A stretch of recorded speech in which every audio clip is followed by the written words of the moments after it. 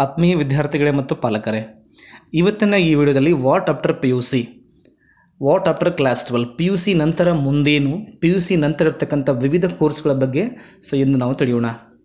It's a career deciding time. P U C ನಂತರ ಒಂದು ಅಂದಾಜಿನ ಪ್ರಕಾರ ಸುಮಾರು ಪ್ರತಿಶತ 90%ಕ್ಕೂ ಅಧಿಕ ವಿದ್ಯಾರ್ಥಿಗಳ ಜೀವನ ಏನಪ್ಪ ಅಂದರೆ ಡಿಸೈಡ್ ಆಗುತ್ತೆ.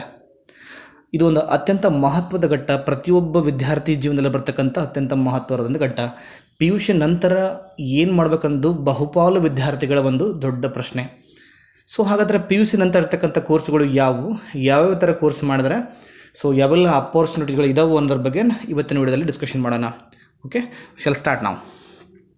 ಸ್ಟೂಡೆಂಟ್ಸ್, ನೆನ್ಪಿಡಿ, there are 900+ universities and 41,000+ colleges in India for higher education.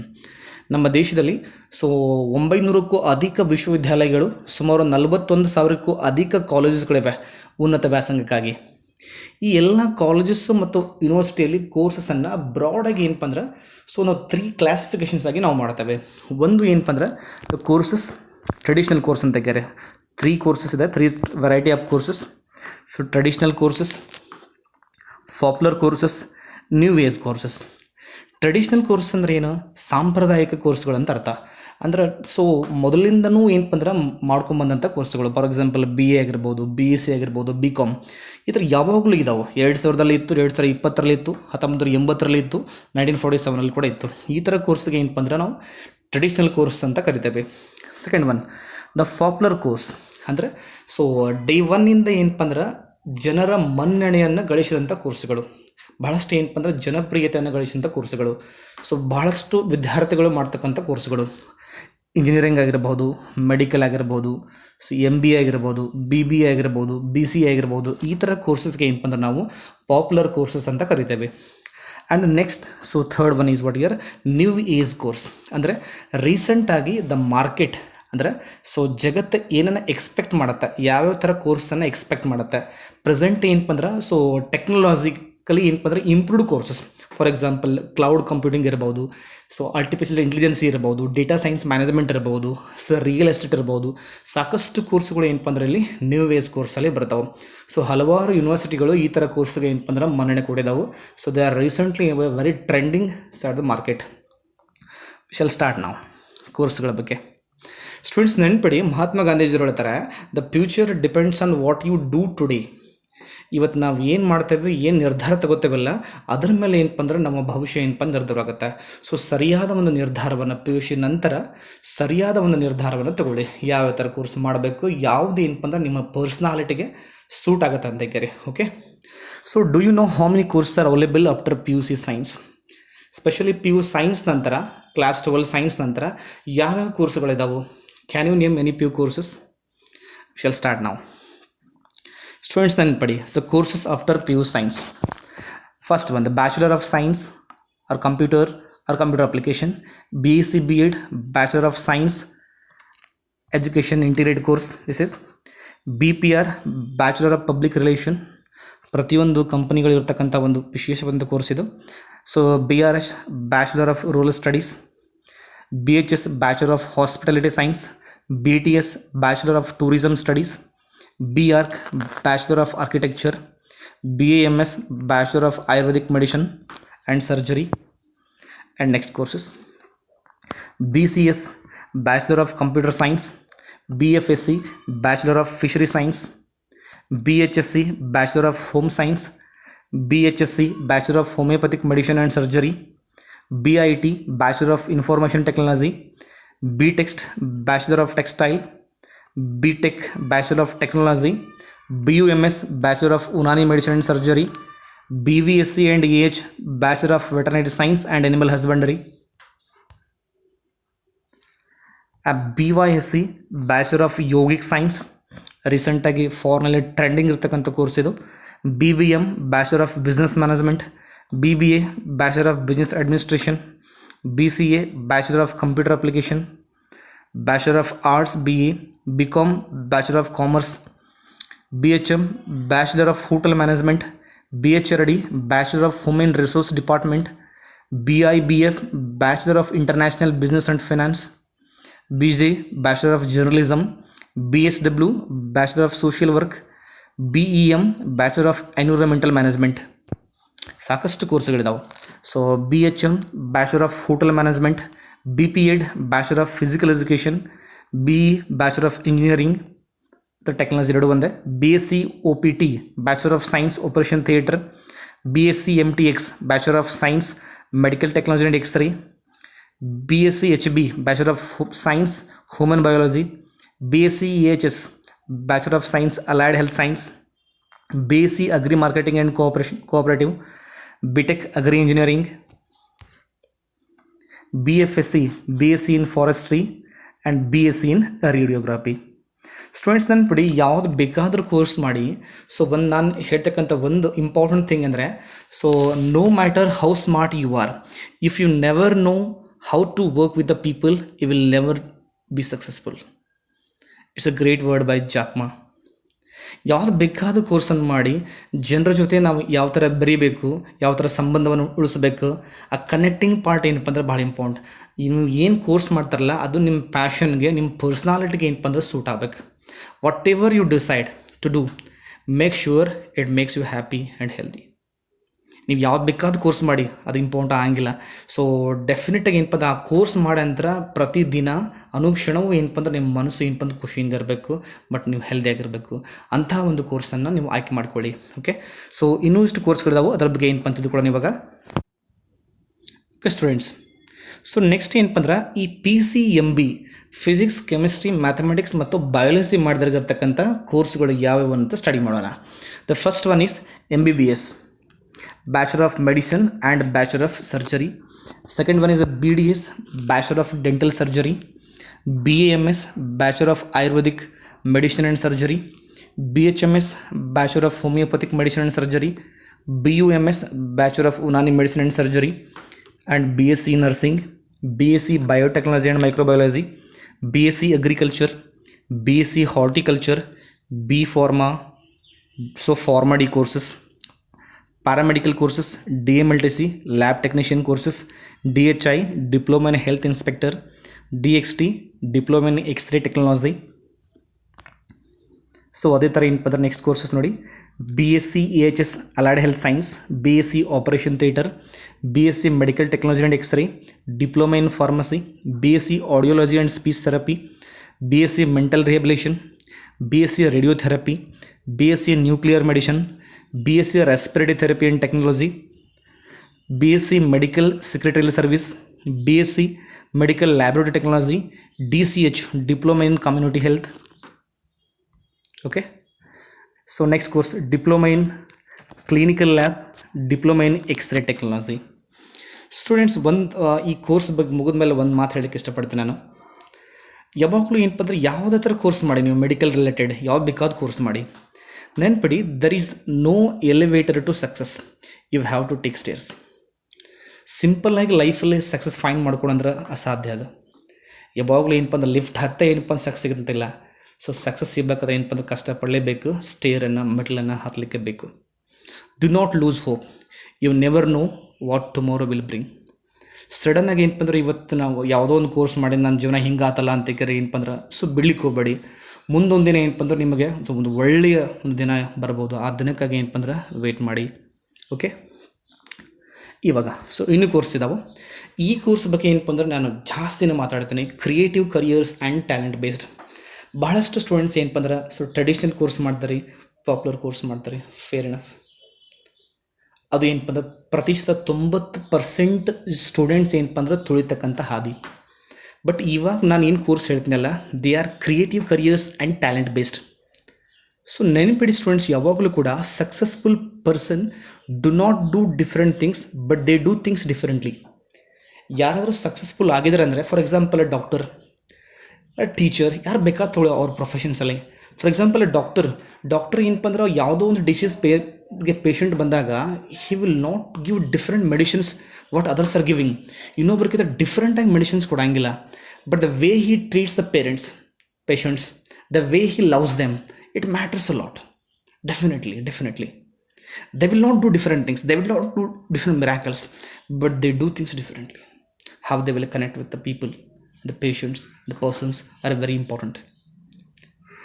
And the courses right now, what I'm talking about is creative careers, talent based. These are not courses for 90% of the people. The courses of the 10% of the people, they have excel in their talent. ಆ ಕೋರ್ಸ್ಗಳು ಯಾವುದು? The first one is the fine art, music, dance, painting. ನೆನ್ಪಿಡಿ, ಒಂದು ಕ್ಲಾಸಲ್ಲಿ 100 students ಇದ್ದಾರೆ ಅಂದಕ್ಕೆ, okay, ಆ 100 ಸ್ಟೂಡೆಂಟ್ಸ್ಗೆ ಏನಪ್ಪ ಅಂದರೆ ಮ್ಯೂಸಿಕ್ ಬರೋಂಗಿಲ್ಲ definitely. So hardly 1 or 2 will know the music.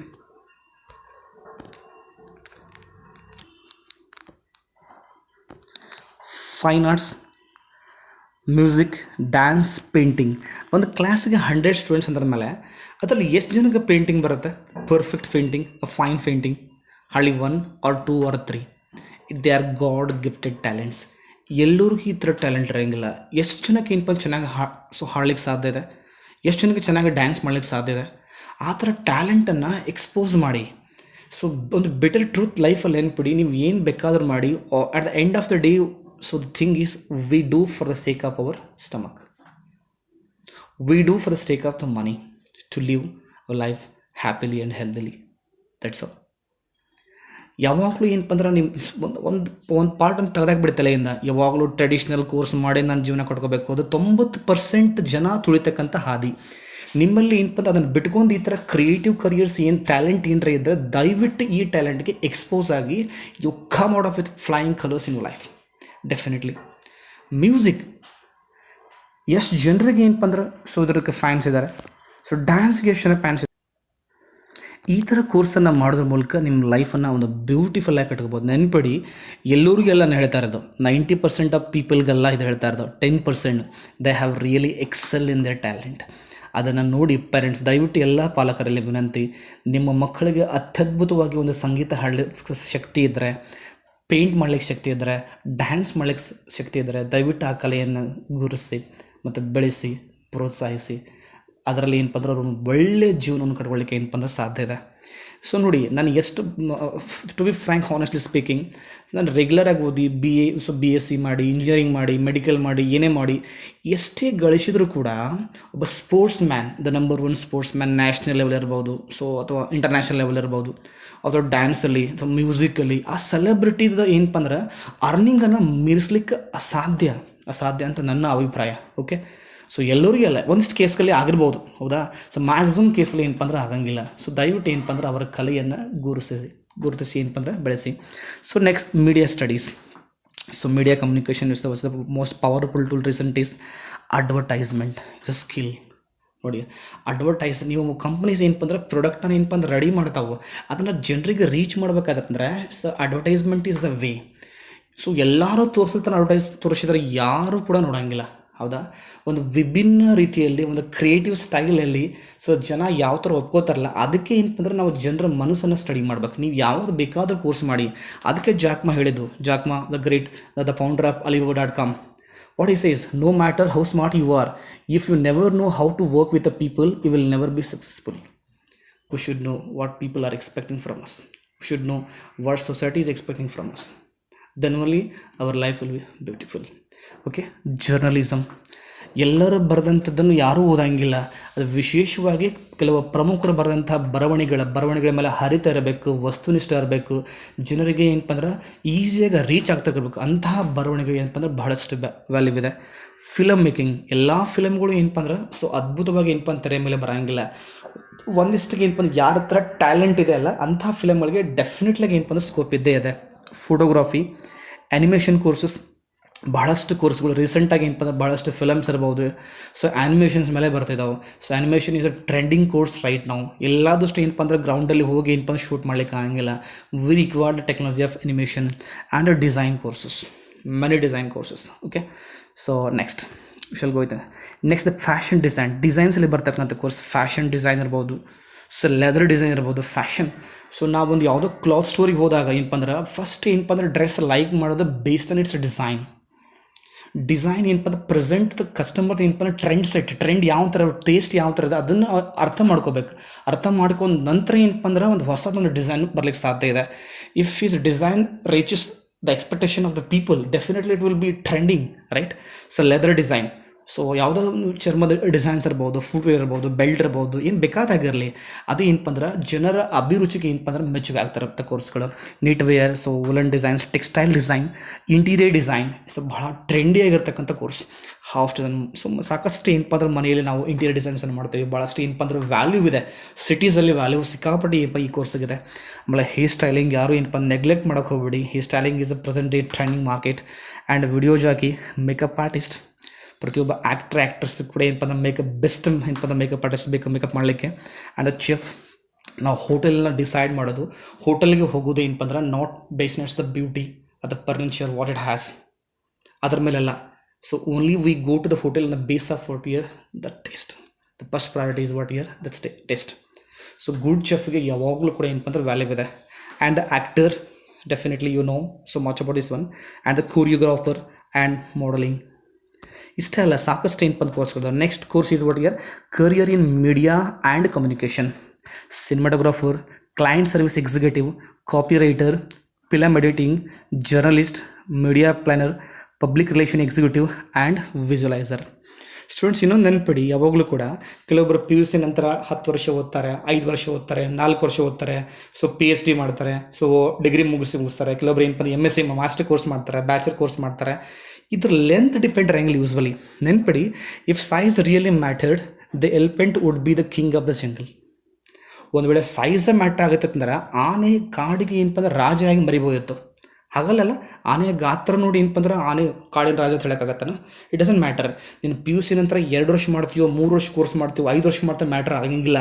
ನಿನ್ನ ಸ್ಕಿಲ್ಸ್, ನಿನ್ನ ಟೆಕ್ನಿಕ್ ಏನಿರ್ತವಲ್ಲ, ನಿನ್ನ ಟ್ಯಾಲೆಂಟ್ ಇರುತ್ತಲ್ಲ, ಅದ್ರ ಮೇಲೆ ನೀನು ಮುಂದಿನ ನೀನು ಜೀವನ ಕೊಟ್ಕೋಬಹುದು. ಕೆಲವೊಬ್ರು 10 ವರ್ಷ MSc ಮಾಡಿ ಮಾಸ್ಟರ್ ಕೋರ್ಸ್ ಮಾಡಿದಾನೆ, ನಾನು BSc ಮಾಡಿದ್ದೀನಿ, ಇಲ್ಲ ಯಾವುದೋ ಡಿಪ್ಲೊಮಾ ಕೋರ್ಸ್ ಮಾಡಿದ್ದೀನಿ, ಅದ್ರ ಬಗ್ಗೆ ಬೋಧನೆ ಮಾಡೋಕೆ ಹೋಗಬೇಡಿ. ಅವರವರ ಪ್ರಜ್ಞೆ, ಅವರವರ ಅಭಿರುಚಿ ಅವ್ರಿಗೆ ಬಿಟ್ಟಿದ್ದು. ಎಲ್ಲರಿಗೂ ಏನಪ್ಪ ಅಂದ್ರೆ ಒಂದೇ ಥರ ಫುಡ್ ಇಷ್ಟ ಆಗಕ್ಕೆ ಇರಂಗಿಲ್ಲಲ್ಲ. ಕೆಲವರು ಬೆಳಗ್ಗೆ ಒಂದೊಂದು ಥರ ಟಿಫಿನ್ ಮಾಡ್ಬೋದು. End of the day all has to be healthy. That's the motto, right? So ನೀನಾಗು. And one more request, don't be afraid to choose a different path than others. ಇನ್ನೊಬ್ಬರಿಗಿಂತ ವಿಭಿನ್ನವಾಗಿ ನೀನು ಇನ್ನು ಸ್ಟೆಪ್ಸ್ ಹಿಡ್ಲಿಕ್ಕೆ ನಂತರ ಶಕ್ತಿ ಇತ್ತಂದ್ರೆ ದಯವಿಟ್ಟು ಆ ಥರ ರಿಸ್ಕನ್ನು ತಗೊಳ್ಳು.